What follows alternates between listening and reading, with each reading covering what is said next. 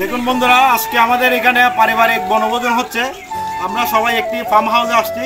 আমাদের একটু পর এখানে খানার আয়োজন করা হচ্ছে, এখন রান্না চলছে, একটু পর আমাদের বনভোজন হবে। সবাইকে জানাই শীতের শুভেচ্ছা।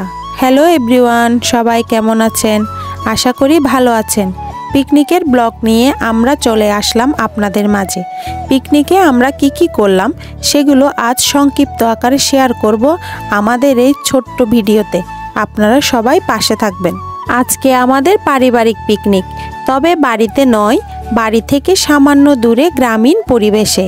পিকনিক স্পটটি হলো মহালছড়ি উপজেলার বাবুপাড়া ব্রিজের পাশে বৃষ্টি দিদির ফার্ম হাউসে। মা কাকিমারা সকালে চলে গিয়েছে পিকনিকে সহযোগিতা করার জন্য। আমরা এখন 12টার দিকে আসলাম। ব্রিজে কয়েকটা ছবি তুলে স্মৃতি হিসেবে রেখে দিলাম।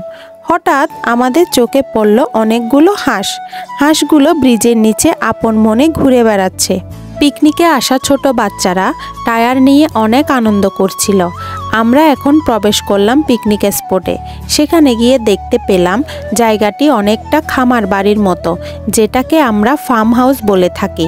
এখানে রয়েছে বিভিন্ন প্রকার ফল গাছ, সবজি গাছ, যেমন পেঁপে, আমড়া, বরই, কলা, আঙ্গুর, মিষ্টি কুমড়া, শিম, বেগুন, মূলা ইত্যাদি। অনেকটা দেখতে গ্রামীণ পরিবেশের মতো। পিকনিকের ঋতু হলো শীত। অনেকের তর সয় না। শীত ঠিক মতো না পড়তেই শুরু হয়ে যায় পিকনিক। শীত এখন এমনিতেই দেরিতে আসে। অনেকেই যেমন শীতের নতুন কাপড় বানিয়ে ধৈর্য ধরতে পারে না, আগেই গায়ে চড়িয়ে দেয়। আমাদেরও ঠিক ব্যাপারটা সেরকম। আগেভাগে পিকনিক খেয়ে ফেললাম। এইদিকে দেখলাম আমার বৌদিরা হাঁসের মাংস প্রসেসিং করছে। চলুন এবার রান্নাঘরের দিকে যাওয়া যাক। রান্নাঘরে গিয়ে দেখলাম বৃষ্টি দিদি রান্না করছে। এটা হচ্ছে বৃষ্টি দিদি, যিনি না থাকলে আমাদের আজকের পিকনিকটা হতো না। বৃষ্টি দিদি অনেক ভালো মনের মানুষ। বৃষ্টি দিদির জন্য শুভকামনা রইল। 4-5টা অবজারভেশন করে বুঝতে পারলাম খাওয়া দাওয়া করতে আরও 2-1 ঘন্টা লাগবে। সেই সুযোগে চলে গেলাম রাস্তার পাশে একটি চায়ের দোকানে। সেখানে গিয়ে আমরা চা আর কেক খেলাম। পিকনিক অথবা বনভোজন, এই কথাটি বললে চোখের সামনে ভেসে ওঠে শীতকালের একটি মনোরম দৃশ্য। মূলত মানুষ শীতকালে বনভোজন করেন। ঘরের 4 গণ্ডি থেকে বেরিয়ে প্রকৃতির মাঝে নাচ গান আনন্দের মধ্যে একটি দিন উদযাপন করার নামই হলো পিকনিক বা বনভোজন। শীতকাল আমাদের কাছে অন্যতম প্রিয় ঋতু, আর এই শীতকাল জুড়ে চলে পিকনিক। কিন্তু পিকনিক একটি ইংরেজি শব্দ। কখনো ভেবেছেন এর বাংলা কি হতে পারে? আগে হ্যাঁ, পিকনিকের বাংলা বনভোজন। পিকনিক, বনভোজন বা চড়ুইবাতি আমরা বিভিন্নজন বিভিন্ন নামে বলে থাকি।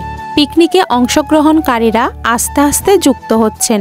আমরা সবাই মিলে পুরো জায়গাটা ঘুরে দেখলাম এবং কিছু সময়ের জন্য ক্যামেরাবন্দি হলাম। আমার মেয়েও পিকনিকে এসে খুব খুশি। রান্নাঘরে গিয়ে আমিও একটু রান্নার সাক্ষী হয়ে রইলাম। আমরা গাছ থেকে আধা পাকা পেঁপে পারলাম।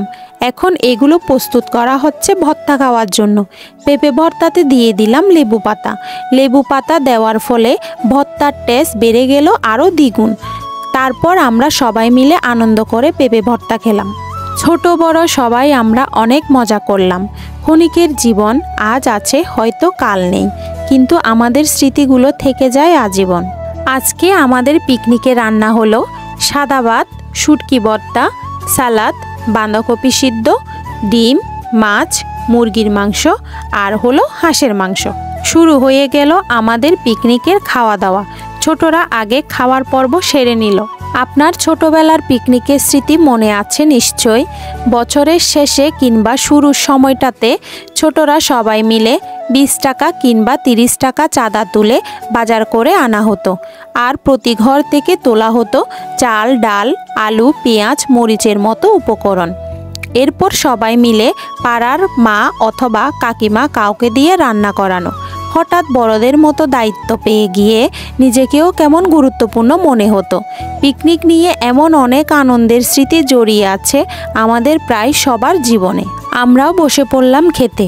এরকম উন্মুক্ত স্থানে খাওয়া দাওয়া সত্যি দারুণ এক অভিজ্ঞতা। এককালে রাজা বাদশারা ছেলেপুলে শূন্য সামন্ত নিয়ে বনে জঙ্গলে ভোজনের আয়োজন করতেন। বনভোজনের রেওয়াজ শুরু তখন থেকেই।